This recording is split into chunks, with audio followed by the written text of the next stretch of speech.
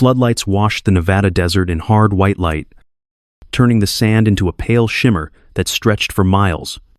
The air was dry and heavy with the smell of gun oil. Somewhere far off, the steady thump of helicopter rotors echoed like a heartbeat. Rows of soldiers moved across the range, checking weapons and gear, their boots grinding against gravel as they spoke in clipped voices over the hum of the night. The sound was routine, efficient, almost comfortable, until one voice broke through the rhythm. Staff Sergeant Rachel Monroe, 32 years old, Army combat medic, stepped forward from the edge of the formation. Her uniform was spotless, her helmet tucked neatly under one arm. She stopped in front of the table where the range officer sat, filling out slot assignments, and asked to take a rifle position. For a second, nobody reacted. Then came the sound of quiet laughter, a few sharp chuckles from the Marines nearby. Someone muttered that the medic must be bored. Another asked if she was planning to patch herself up after missing her targets. Rachel said nothing. She just stood there, steady, her posture perfectly straight. Lieutenant Commander Nathan Hale, the SEAL in charge of the exercise, watched from behind mirrored glasses. His expression didn't change, but he studied her for a long moment. Around him, the men waited for him to shut her down, to send her back to the med tent where she belonged. Instead, he leaned forward, picked up a clipboard, and scribbled his signature. "Fine. Sergeant. 1 rifle. Let's see what you've got." The laughter quieted. Rachel gave a single nod. No smile. No sign of relief. She turned away to collect her gear, while the others exchanged uneasy glances. In the distance, the desert wind shifted, carrying the faint scent of heat and dust. It was the kind of night that promised nothing, but felt like the start of something that wouldn't be forgotten. By 7:15 a.m., the Nevada sun had already burned the horizon pale white. The desert heat pressed down on the base like a hand, turning the metal walls of the med tent into a dull mirror. Inside, Staff Sergeant Rachel Monroe moved with quiet efficiency, her hands steady, her focus sharp. She checked the inventory in silence, counting files, gauze, and IV tubing, her movements automatic from years of repetition.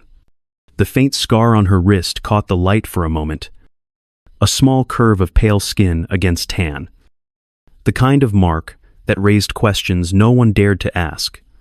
She had been here for 6 months, attached to joint operations between Marines and SEALs. A role that kept her close to the edge, but never quite in it. To most, she was Doc Monroe, the medic who could fix anything. Her reputation came from calm under pressure. She once kept a man alive with a field dressing and a stick splint during a night convoy ambush. Another time, she held pressure on a chest wound while the truck bounced through a canyon road, keeping her patient breathing until the medevac arrived 20 minutes later. Those stories traveled through the base, growing with every retelling. The respect was real, but so were the jokes. She heard them in the chow line and the ready room, always said with a grin, "Great medic." They'd say, "But not exactly a shooter." It didn't sting. Not anymore. She knew what they didn't. Most days she kept to herself, doing her work, patching up scraped elbows, checking vitals, and sterilizing instruments. While others swapped combat stories, she preferred the quiet, the order of it. The others filled silence with noise. Bragging about marksmanship or deployments, she filled it with motion. A rhythm built from discipline and memory. There were rumors, the kind that never stayed buried. 2 tours in Afghanistan, an injury that ended her 2nd deployment early, a classified unit no one could name. Every version ended the same way, with questions no one could answer. Rachel never corrected them. She'd learned long ago that some truths didn't need to be retold. The desert didn't care about gossip. It only respected those who showed up, stayed steady, and kept others breathing when everything else fell apart. By 9:15 a.m., the desert heat was already rising in waves across the range. The smell of gun oil and scorched sand hung thick in the air. Marines and SEALs lined up shoulder to shoulder, checking their rifles with casual confidence. Bolts slid. Optics gleamed. Magazines clicked into place. A few joked about the wind call. Others made bets over who would land the tightest grouping. The sound of laughter mixed with the mechanical rhythm of weapons being prepped. At the far end of the line, Staff Sergeant Rachel Monroe waited quietly. Her sleeves rolled. Her gloves tucked neatly under her belt. When her name was called, she stepped forward, calm and deliberate. The range officer handed her an M2010 enhanced sniper rifle, a weapon she wasn't expected to touch. At least not in this capacity. She accepted it with both hands, resting the stock against her shoulder for balance. Her eyes ran over every detail of the rifle. Chamber clear. Bolt smooth. Scope alignment true. She adjusted the elevation knob with small, precise movements and sighted downrange. Tracking the shimmer of the targets in the morning haze, Chief Petty Officer Derek Williams leaned against a Humvee a few yards back. Watching her, he was used to spotting overconfident shooters, the kind who handled rifles like trophies instead of tools. But there was nothing showy about Monroe. Each movement was efficient, practiced. Her breathing stayed steady, her body still. Williams stopped chewing his gum without realizing it. Something about her felt off. Not in a bad way, just out of place. Like seeing a veteran in a room full of recruits. A couple of Marines whispered nearby, amused that the medic was trying to prove herself. She didn't react. She finished her inspection, laid the rifle gently on the shooting mat, and straightened her posture. The others turned back to their chatter, unaware that something had shifted. Williams didn't say a word, but the way his eyes followed her said everything. The medic wasn't just comfortable around a rifle. She looked like she belonged behind it. By 10:30 a.m., the heat was rising off the Nevada sand, like steam from an open furnace. The air shimmered over the range, and the soldiers moved slower now, squinting against the glare as they prepared for another round of drills. The range officer raised a hand to reset the line, and rifles clacked open as bolts locked back. The sound of metal against metal was sharp and rhythmic, a routine everyone knew by heart. Then the radio cracked, static at first, then a voice, jagged and urgent. Command. This is Recon Team Delta. Taking live fire east of Canyon Route 3. Multiple hostiles. Repeat. Real contact. The still air shattered. Lieutenant Commander Nathan Hale straightened immediately. His tone, switching from training calm to field authority. SEAL attachment. Gear up. Move to Overwatch now. The order hit like an electric charge. Trucks roared to life. Tires spitting sand as men sprinted for their kits. The laughter and competition that had filled the morning disappeared into the hum of adrenaline. Rifle bolts slammed forward. Optics were checked. Radios crackled with overlapping calls. Someone shouted for extra ammo crates. The smell of diesel filled the air. Amid the rush, Staff Sergeant Rachel Monroe stood beside a Humvee, unfolding a topographic map across the hood. Her eyes tracked the lines of elevation, her finger tracing a ridge overlooking the canyon's mouth. She spoke evenly, pointing out that it was the only overwatch point with full visual of the route. Hale barely glanced at her. Still issuing orders. Negative. Sergeant, you're a medic.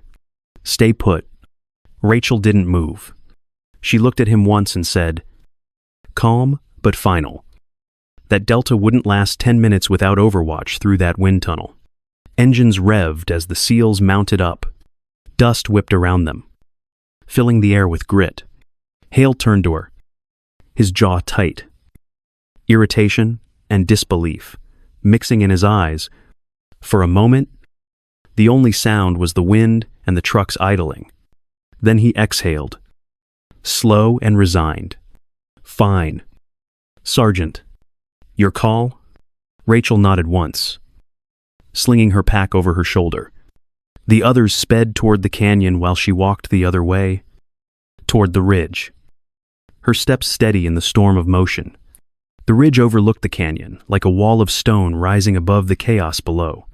The air was still, the kind of stillness that presses on your chest before a storm breaks.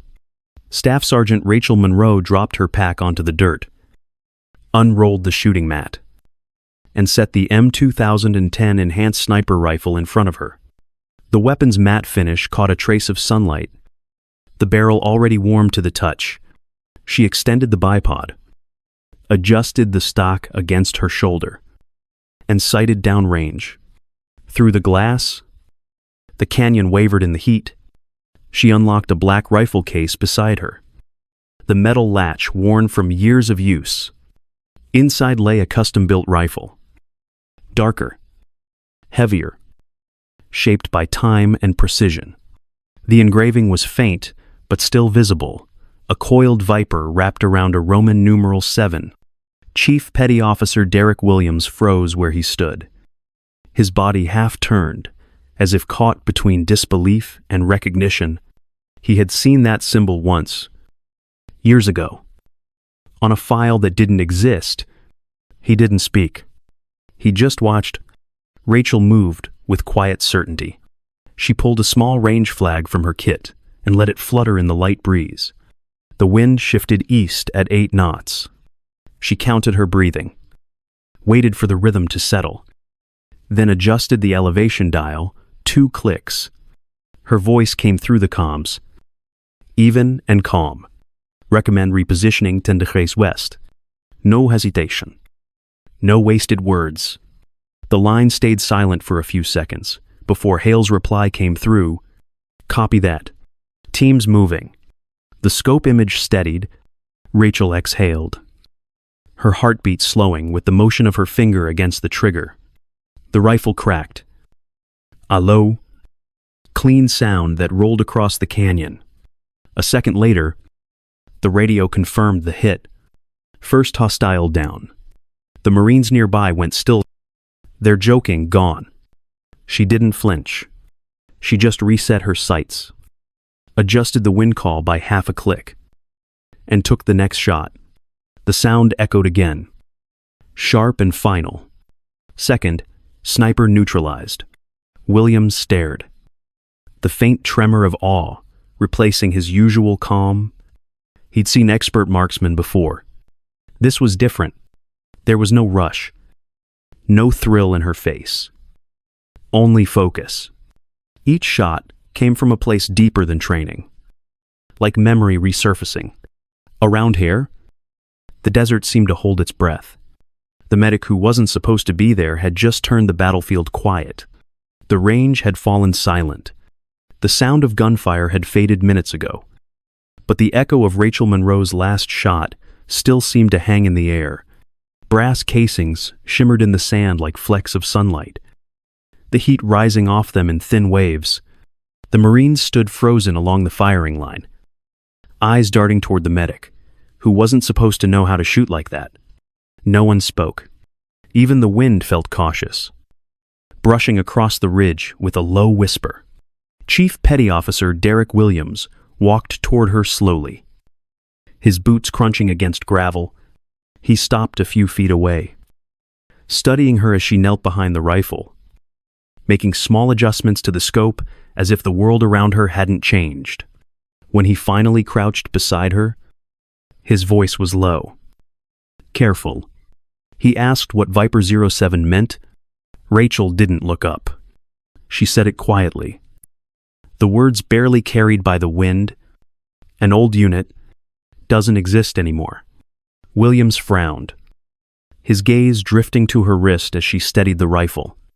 A small tattoo, nearly hidden by her sleeve, caught the light, A coiled snake wrapped around the Roman numeral 7. His breath caught for a second. He'd seen that symbol before. Years ago. Inside a secure operations briefing during his deployment in Afghanistan. Viper Unit. A team so classified, it was almost rumor. The best snipers JSOC had ever trained. Operated deep in Helmand province. Took impossible shots from distances nobody else dared attempt. He remembered the end of that story too. The mission gone wrong. The file stamped with Kia across every name. No survivors. He looked at Rachel again. The calm in her eyes. The precision in her hands. And it hit him like a cold shock. The ghost of Viper 07 wasn't a legend. She was sitting right there. Quiet. Steady. And very much alive. The laughter that had filled the range earlier was gone. Replaced by silence and something that felt like respect. The ridge still smelled of gunpowder and heat when the radio erupted again. Recon Team Delta was pinned hard in the canyon. Trapped between two firing lines. Through her scope, Staff Sergeant Rachel Monroe saw one of the SEALs go down. His hand clutching his leg. Blood pooling fast in the dust. The call for a medic came through the comms. Sharp and desperate. Rachel didn't wait for permission. She grabbed her rifle, slung it across hair, back, and started down the slope. Bullets cracked overhead, snapping through dry air and kicking up bursts of sand at her feet. She moved low and fast, using rocks and dips in the terrain to shield her advance. Her boots slid on loose gravel, but her steps stayed controlled. Behind her, Chief Petty Officer Derek Williams shouted for her to stop, but his voice was lost in the noise.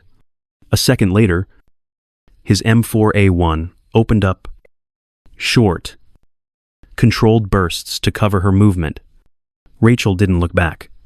She reached the downed SEAL and dropped to her knees beside him, already pulling her IFAK from her vest. She cut the pant leg clean, wrapped a cat tourniquet high on the thigh, and twisted until the bleeding stopped. Her gloves were slick with blood, but her hands never shook. "Stay with me," she said, voice calm, low enough to steady him. Williams dropped beside her, keeping the enemy pinned with 3-round bursts. Rachel keyed her mic, her tone clipped and professional. One casualty, gunshot wound to the leg. Tourniquet applied. Requesting evac route Bravo. Coordinates transmitting. A flash caught her eye on the far slope. Spotter position. She braced her rifle against a rock, exhaled once, and fired one-handed. The report echoed, and the flash vanished. The radio confirmed. Spotter down. She went right back to her patient, packing the wound and checking for exit trauma. Together, she and Williams hauled the wounded man behind a ridge for cover. Her mic clicked again. Medic 1 to command. Casualty stabilized. The reply came through fast, the voice on the other end shaking. Copy that. Medic 1. Nice shooting. She didn't answer. 2 new flashes blinked across the canyon. She adjusted the rifle, fired twice, and the canyon went still. The silence that followed felt heavier than gunfire. Williams turned toward her, chest heaving.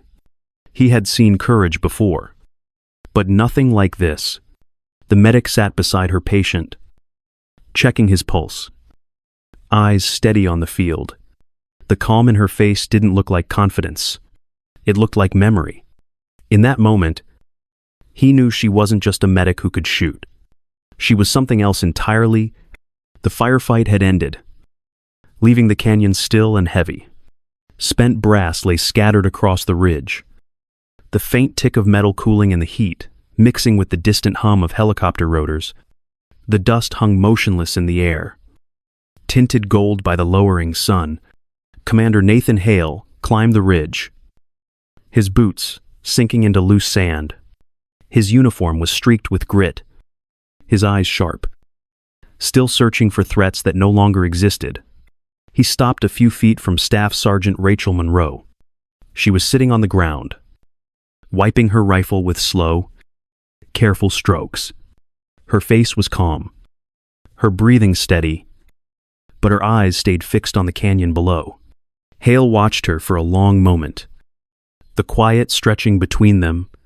Then he asked what her call sign was. She didn't look up. "It's been retired," she said. Hale's voice softened. "Say it anyway."